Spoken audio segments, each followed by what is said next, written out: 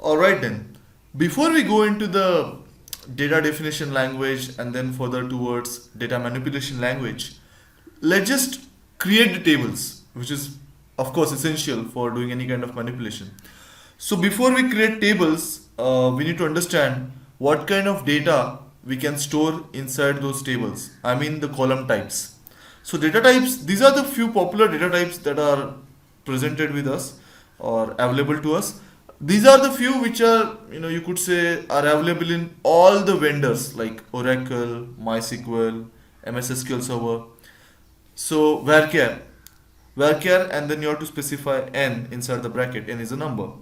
So basically, varchar is used for storing variable length strings. So this particularly says that if you say varchar 50, that means you will be storing a string whose maximum length can be of size 50. Then you have got int, which is a number. As far as I remember, the size, the range of these integers depends upon the machine, particular machine, but you can store up to 11 digits at max into this integer number. So which is more than sufficient, 11 digits. Then you have got float. Float usually has this n, which is storing float values up to precision up to n digits. That means if you say float 2, that means you can store something like 99.72 or 5.73. So it will give you precision till n amount of digits. But if you go to, you could say, MySQL, it slightly changes and it becomes like float d comma n, where d is the total number of digits in the float and n is the number of digits after decimal point. So d is like, suppose you want to store student marks from 0.00 to 100.00, right? Range is 0.00 to 100.00 percentage of marks in student. Then you have to say d as 5, because 100.00 will have total 5 digits and 2 digits after, at max 2 digits after the decimal point. So 5 comma 2 will be the appropriate declaration for storing the percentage marks. Then date is stored in usually in YYYY format like this, 2001 425. Timestamp is date plus time, so it's like this, 2001 425 followed by the time actually. I think there is, okay, so I'll just, okay, so we just need to correct this a bit. Yeah, something like this, exactly. Then you have bit is a 1 bit. It could either be 0 or 1. Many vendors do not have this explicit data type called as boolean, which is true or false. So they use bit. You can use bit. So 0 is false and 1 is true. You can assume that, right? Or you can, if the availability is there of boolean, like in MySQL, they provide you with boolean. Boolean internally stored as bit only, but explicitly you can set the values as true or false. But here, if you do not have boolean in your vendor, you can use bit. Bit has only two possible values, 0 or 1. 0 you can assume it as false and 1 is as true. Finally, we talk about this var binary. Var binary or binary data types are used to store blobs. Blob is big, large binary object. So basically blobs are used to store pictures or small media files in the columns. Now you would assume, or you would say that how can we store media files in the column? So basically this image is broken down into binary data, and that binary data of the image is stored in your column if the column type is var binary or binary. So it's really useful if you have like web text editors which store the images as part of the web text or text in that editor, right? So it's better in the sense that if you transfer your data from one server to another, you don't have to separately transfer your image files or media files. Along with the database transfer, the data gets transferred into the new server. So it's really helpful. Now that we know all the major data types available, we can create table now. While creating table, apart from the data type, also we have to put some attention on the constraints. The constraints, popular constraints are primary key.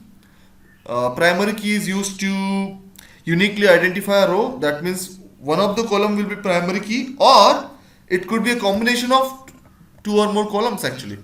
So primary key is uniquely identifying your row. Then unique, even after applying a primary key on, let's say, roll number, you want to make sure that another column in the table has to be unique in value. For example, if you are looking at departments table, then in department table one column will be department number, which will be a primary key, so it will be automatically unique. And then the another column is department name. Now department name, you want it to be unique, which is quite obvious, like there could be only one department with the name of mechanical. So you can make that column as unique. Even though it's not a primary key, you can make it as unique. Auto increment, most of the times, many of the times actually, not most of the times, people set the primary key as auto increment. That means the value gets auto incremented whenever you insert a new row into the table. Not null, sometimes you don't want a particular column to be a null value column. So you could say, for example, if I'm storing the student data, I don't want student name to be null even by accident. So I can say student name not null. So that name column has to have some kind of value. You cannot have it as just null. Check. Check is a interesting constraint where you put some prerequisites for data to be inserted. For example, there's a marks column in my student table, and I want that marks to be in the range from 0 to 100. So I can put the constraint in the table schema that any value to be inserted into the table student, the marks column should have value between 0 or 100. If the value is not within that range, then you cannot insert that row. Foreign key, as we explained earlier, foreign key forms a relation between two tables. So again, and foreign key on delete cascade, will just explain it in the next slide. Alright, so let's move on. So this is a syntax for creating a table student. So you can see roll number is a column which is my integer. 11 means up to 11 digits.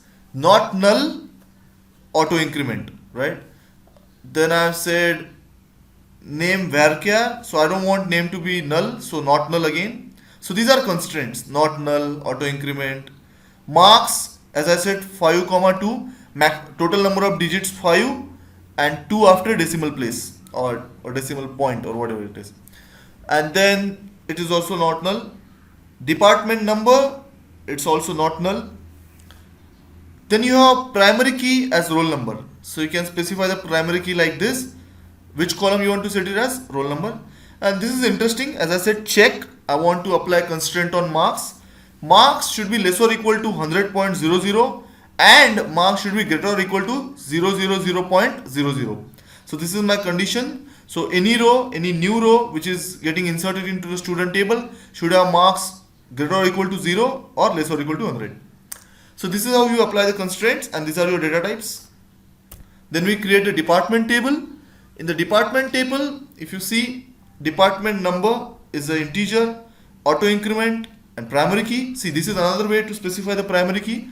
Earlier we saw the separate specification of primary key and brackets within that column. This is one more way you can specify the primary key, just like this. One more thing to note here, auto increment is not allowed in Oracle, at least in earlier editions of Oracle, like as it is. As I said, you'll see lots of minor differences in the query syntax for different vendors. So it's really helpful if you just if your query doesn't perform or doesn't run at all, so you just have to go to the Google and look at the specific syntax for that particular vendor. So auto increment is not possible in Oracle. So they have some other situation for that. You can apply a sequence and something like that, but I believe it's not really as simple as this. By the way, this is totally working in your MySQL, which is again owned by Oracle, which is great. Alright, so then department name, it's a varchar 50. That means it's a variable length string whose maximum length can be 50. Again, not null, and this here I am applying the unique constraint. I am saying that this value has to be unique in the table. So I applied unique, I applied not null, primary key, auto increment. Earlier we applied check. So we applied all the constraints. One constraint that we have not applied right now is foreign key, which you're gonna see soon. So before we do that, let's create these tables actually in the database. So I'm using my MySQL and I'm gonna apply SQL. Yeah, no database selected, so I'm gonna create a database. Okay, so command create database demo. So that should work. So database has been created. I'm selecting the database and then I'm performing SQL. I'm saying create table. Okay, I'm just gonna lift this syntax from there. Yep. Let's create the table student. Alright. Create table student. Oh, everything is set. Let's just say go. Okay, table has been created. You can see here student. Now let's create one more table. It's department. So just go to slide. Let's get this syntax out here. Yeah. So again, let's go for it. And department table is there. Now I want to have some kind of relationship between these two tables, that is student and department. So I'm gonna need this foreign key constraint now. So what I'm gonna do is I'm gonna go to my SQL prompt again. I'm gonna say alter table student. Then I'm gonna say add constraint. Okay, here is my query. One last time to add a foreign key in the students table. After alter table student, add constraint name, foreign key, name the column on which you have to base your foreign key. It references which table, department, where the primary key name is department number again, and on delete cascade. So let's just go for it. So we have added it. Now we need to check its effect. So let's add some data into department. So insert into department values. I'm not specifying the column list, so I'll have to specify values for all the columns in order. Null, mechanical. All right. Let's insert this. Okay, there is this double quotes here. All right. Okay, let's add one or two more.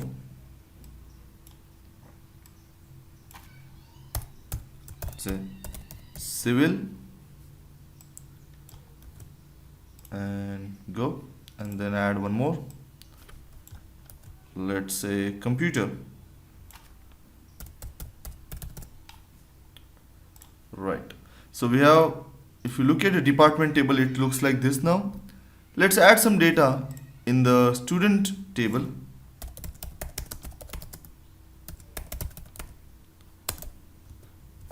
Okay. So first is roll number, which is auto increment. So I'm gonna say null. Second is department number. I'm gonna say 1. Okay. I don't really know what's the order. So second is roll number, name, marks, and department number. Name, marks, and department number. Name, okay. Name is Sahil. Marks 78.67. Department number 1. Department number has to be valid. You cannot put something like 5 because department number with there's no department with department number 5. If you do this, you'll get error. So change it to valid department number and go. So it's there. Let's add one or two students more. So let's say department number 3. Let's say Sonia, and let's say 58.67. So go. Let's just say something like that. Sri Ram, and let's say department number 3, and let's give him 98. So if you see now, student table looks like this. There are some entries with appropriate departments. Now there are two students with department number 3, right? Now let's check out our foreign key if it is really getting applied or not. Let's delete the department with department number 3. And now if you go to student, both the students whose department number was 3 are gone. So our foreign key constraint along with that on delete cascade is really working. Now that we have seen how to apply foreign key constraint, how to create tables, let's create one more table called as employee. So let's create this table employee where we have used several data types basically. I'll explain to you all of them. So if you see this create table employee, our first column is ID, which is a integer type having maximum capacity as 11 digits, not null constraint. Then second column is name, whose type is varchar 40. That means it can store a string of maximum length 40. Then we have about column whose data type is text. Text is similar to varchar. Only thing is you can store much more amount of string in text as compared to varchar. In varchar you can store up to 255 characters, whereas in text you can store much more than that. So text is particularly useful if you are storing some kind of blog entry or essay or something. Then we have another column called as gender. Gender's type is enum. Enum means you list the possible values for a column, male, female and other. So any value for this gender column must be either male, female or other. Again I am applying not null constraint to every column. Then our next column is date of birth. Date of birth is of type date. Now date column is specified usually in YYYY MMDD and you have to enclose that in string. We will see how to put the value for that. Then you have next column arrival. Arrival's data type is time.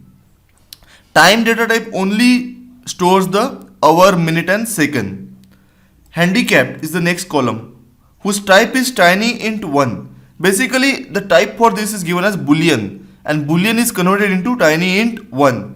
TinyInt1 means there is only one digit and the two possible values are 0 or 1. If the value is 0, that is false. If the value is 1, that is true. So basically we say boolean. Retiring is the next column whose type is year. Year stores a 4-digit value for a year like 2014 and you do not put it in the strings. CGPA is the next column whose type is float and in the float we have given 2, 1. 2 is the total number of digits possible and 1 is the total number of digits possible after the decimal point. This is also not null. Let's just create this very quickly. Okay, so that is created, the table is created. Now we must learn how to put values for these different kinds of columns. So insert into employee. We might specify the column list, but we will not because we are going to give the values for all the columns in order. First is ID. I'm going to say 5, right? ID of type integer. Name. Next is name varchar. So I'm going to say Sahil Joshi. Next is about, so it's a text. So I'm a silly simple person with better ideas for myself. Again, you can write as much as you want, but put it inside the quotes. Okay, I'm gonna restrict myself to this much now. Next is enum, gender. So either it has to be male, female or other. Now this person is male, again in the quotes because the values were specified in the quotes. DOB, date of birth. See how I specify date of birth. 88 0505. So this is how I specify the date. Sorry. Yeah. Next is arrival, which is of type time. So time you have to give as hour 14, minutes 45 and seconds 56, like that. Then you have Handicapped, true or false. So I'm going to say 0, that means false. Then we have retiring year, I said 2056. No quotes here in specifying only the year. And CGPA, and I'm going to say 8.2. And that's about it. Now I'm going to insert. So the query is gone. You can see the data that you have inserted into the table, right? So that's about it. That's about how we actually use different data types in SQL. There's one last thing needed to be told. So this is a query. You can see that we wrote the same query before values, which is not required if you're going to give values for all the columns in order. All right. There's one last thing I want to tell you. You can also add the foreign key constraint when you are creating the table itself. We added it separately, but you can just add it at the time you are creating the table, like this. Foreign key, the column on which foreign key is there, references which table, and the name of primary key in that, and then you can specify on delete cascade.